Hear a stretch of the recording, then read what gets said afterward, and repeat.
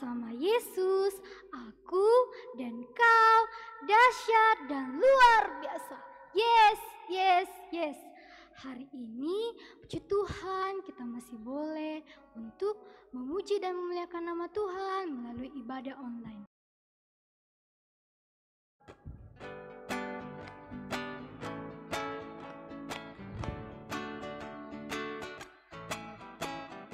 Yesus disalibkan karena cintanya kepadaku, kepadamu.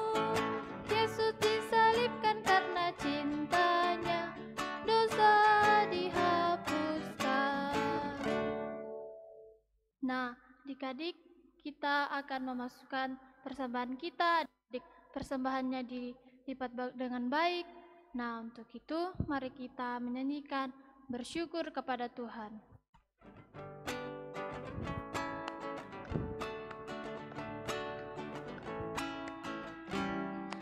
Bersyukur kepada Tuhan, bersyukur kepada Tuhan, sebab Ia baik.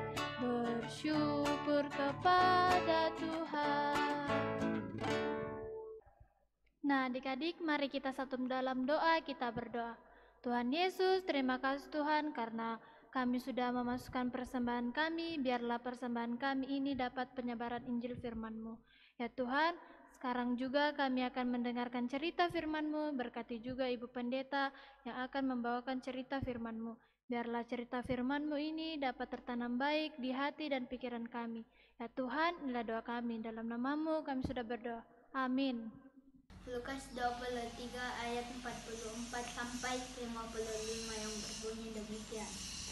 Ketika itu hari sudah kira-kira jam 12, lalu kegelapan meliputi seluruh daerah itu sampai jam 3, sebab matahari tidak bersinar dan tabir bait suci terbelah dua. Lalu Yesus berseru dengan suara nyaring, "Ya Bapa, ke dalam tangan-Mu kuserahkan nyawaku." Dan sesudah berkata demikian, Ia menyerahkan nyawanya. Ketika pasukan melihat apa yang terjadi, ia memuliakan Allah, katanya, "Sungguh orang ini adalah orang benar." Dan sesudah seluruh orang banyak yang datang berkerumun di situ untuk tontonan itu, apa yang terjadi itu, pulanglah mereka sambil memukul-mukul diri. Semua orang yang mengenal Yesus dan dekat, termasuk perempuan yang mengikuti Dia dari Galilea, berdiri jauh dan melihat semuanya. Itu adalah seorang yang bernama Yusuf. Ia anggota majelis besar dan orang yang baik lagi benar. Ia tidak setuju dengan keputusan dan tindakan majelis itu. Ia berasal dari Arimatea, sebuah kota Yahudi, dan ia menantikan kerajaan Allah. Ia pergi menghadap Pilatus dan meminta mayat Yesus, dan sesudah ia menurunkan, ia mengapaninya dengan kain lenan, lalu membaringkannya ke dalam kubur yang digali di dalam bukit batu, di mana belum pernah dibaringkan mayat.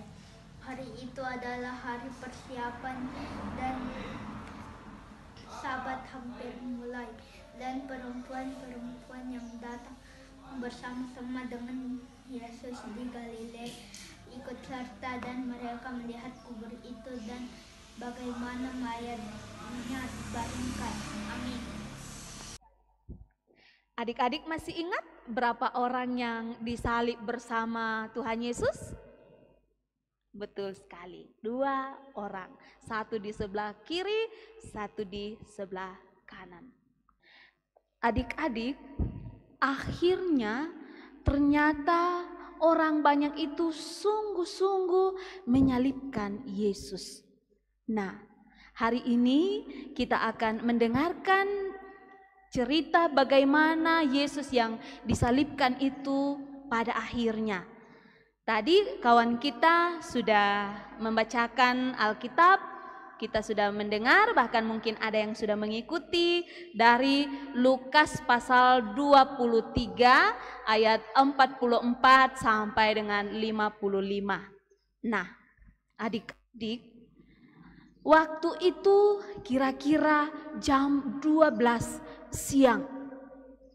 Tapi tiba-tiba kegelapan meliputi seluruh tempat itu. Nah, pernah adik-adik tengah malam lalu mati lampu? Belum tidur tapi tiba-tiba lampunya mati? Bagaimana rasanya? Wah, gelap gulita, semua tidak ada yang kelihatan. Tapi waktu Yesus sudah disalib, kira-kira jam 12 itu, lalu gelap gulita di sekitar tempat itu karena matahari itu tidak bersinar. Bukan hanya itu, ada juga terjadi gempa bumi. Kemudian gunung-gunung batu terbelah. Bahkan di bait suci, kalau sekarang gereja, dulu namanya bait suci, ada kain pemisah ruangan yang disebut Maha Kudus dengan Ruang Kudus. Nah, kain pemisahnya itu terbelah dua dari atas ke bawah. Saat itu orang yang menyaksikan, orang yang ada di situ semua menjadi takut. Wah, ini ada apa? Kegelapan terjadi sampai 3 jam. Nah, kira-kira jam 3 sore itu, lalulah kembali mulai terang dan Yesus di kayu salib berteriak, "Ya Bapa, ke dalam tangan-Mulah kuserahkan nyawaku." Yesus mati di kayu salib. Nah, adik-adik, saat itu ada kepala pasukan berdiri di situ. Dia melihat tanda-tanda yang terjadi. Ia berkata, "Sungguh orang ini adalah orang benar." Orang yang ada saat itu mengakui bahwa Yesus adalah orang benar. Tapi kenapa Yesus mati di kayu salib? Karena Yesus mau menebus dosa seluruh manusia, termasuk dosa adik-adik dan dosa saya, dosa papa dan mama, kakak dan adik kita, semua manusia. Nah, waktu itu setelah semakin sore, ada seorang yang bernama Yusuf dari Arimatea. Ia pergi menghadap ke Pilatus yang adalah wali negeri saat itu. Dia memohon kalau boleh mayat Tuhan Yesus itu ia turunkan dari kayu salib dan ia kuburkan. Ternyata Pilatus memberikan izin, maka Yusuf pun pergi menurunkan mayat Yesus. Ia lalu membawa mayat Yesus ke kubur yang belum pernah ada mayat ditaruh di situ. Itu berarti kuburnya masih baru. Nah, saat Yusuf membawa mayatnya Yesus, perempuan-perempuan yang mengikuti Yesus dari Galilea terus memperhatikan Yusuf. Ia melihat kubur di mana Yesus disalibkan. Ia melihat bagaimana Yesus dibaringkan di kubur itu. Nah, adik-adik, apa yang kita bisa pelajari melalui cerita hari ini? 1. Sesungguhnya Yesus adalah orang benar. Kedua, Yesus yang adalah orang benar itu, dia harus disalib, mati di atas kayu salib karena mau menyelamatkan adik-adik dan saya serta semua orang yang percaya kepadanya. Yang kita mau pelajari yang ketiga adalah bahwa Yesus ini yang mati di kayu salib ini melakukan kehendak Bapanya di sorga. Artinya apa? Yesus taat kepada Bapanya. Nah, adik-adik sayang Tuhan Yesus? Bagus. Adik-adik percaya kepada Tuhan Yesus? Pintar. Karena orang yang percaya kepada Tuhan Yesus, ia pasti diselamatkan. Apa itu selamat? Kalau kita meninggal di dunia ini seperti Tuhan Yesus mati di kayu salib, pada saatnya kita akan bangkit bersama dengan Tuhan Yesus di sorga. Itulah keselamatan. Selalu bersama Tuhan Yesus di sorganya nanti. Nah, kalau orang masuk sorga berarti tidak masuk neraka. Orang yang masuk neraka adalah orang jahat yang tidak percaya kepada Tuhan Yesus. Tetapi orang yang akan masuk sorga adalah orang-orang yang percaya kepada Tuhan Yesus. Nah, apa yang kita mau buktikan bahwa saya percaya kepada Tuhan Yesus? Selalu taat kepada papa mama. Seperti Tuhan Yesus taat kepada Bapanya yang di sorga. Adik-adik mau taat? Pintar. Tuhan Yesus memberkati adik-adik semua. Shalom. Baik adik-adik, mari kita siapkan hati masuk dalam doa syafaat. Kita berdoa. Bapa di sorga, kami bersyukur hari ini boleh kembali mendengarkan firman-Mu. Kami mendengar cerita bahwa Yesus mati di kayu salib untuk menebus dosa manusia, dosa kami, dosa papa mama, dan semua teman-teman yang percaya kepada Tuhan Yesus. Bapa di dalam kerajaan sorga, kami berdoa, biarlah kami sebagai anak-anak boleh mengikuti teladan Tuhan Yesus yang selalu taat kepada Bapanya, supaya kami senantiasa menjadi orang benar karena percaya kepada Tuhan Yesus. Bapa di dalam kerajaan sorga, kami bersyukur untuk pertolongan Tuhan kepada kakak-kakak pembimbing yang selalu membimbing kami, yang senantiasa Tuhan pakai memperdengarkan cerita-cerita Alkitab seperti yang sudah kami dengar saat ini. Berkatilah kami sebagai anak-anak sekolah minggu untuk selalu belajar dengan sungguh-sungguh meskipun masih belajar dari rumah. Kami juga berdoa untuk papa mama, Tuhan selalu memberi kesehatan yang terbaik. Bagi saudara-saudara kami, Tuhan juga selalu memberkati.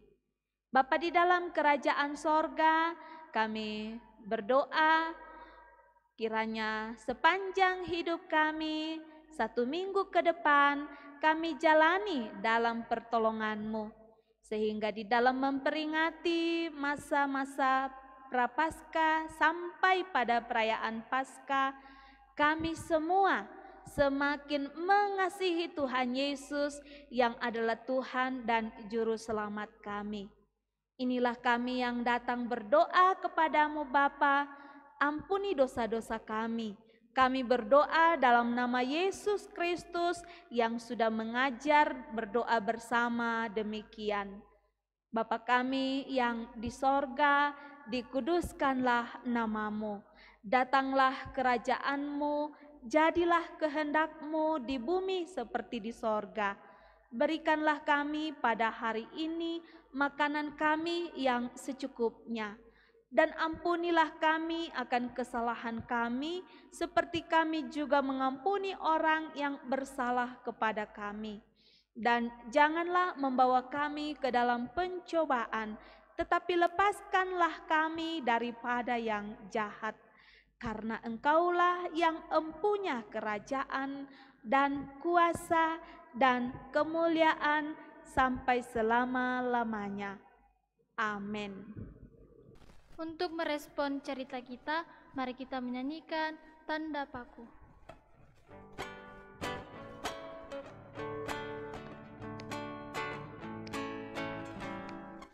Tanda paku di kaki dan tangan, tanda cinta, tanda cinta, tanda tombak menusuk di lambung, tanda cintanya Tuhan. Itu semua Tuhan sudah terima, guna selamatkan mengikut Dia. Selamat orang yang tidak melihat, tapi percaya juga. Nah, adik-adik, ibadah kita telah selesai. Mari kita menyanyikan Jalan Serta Yesus.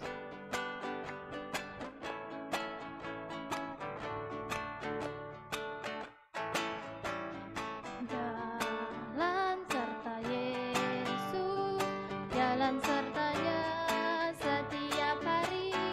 Jalan serta Yesus selamanya. Jalan-jalan suka, jalan-jalan duka, jalan sertanya setiap hari. Jalan serta Yesus selamanya. Nah, adik-adik, ibadah kita telah selesai.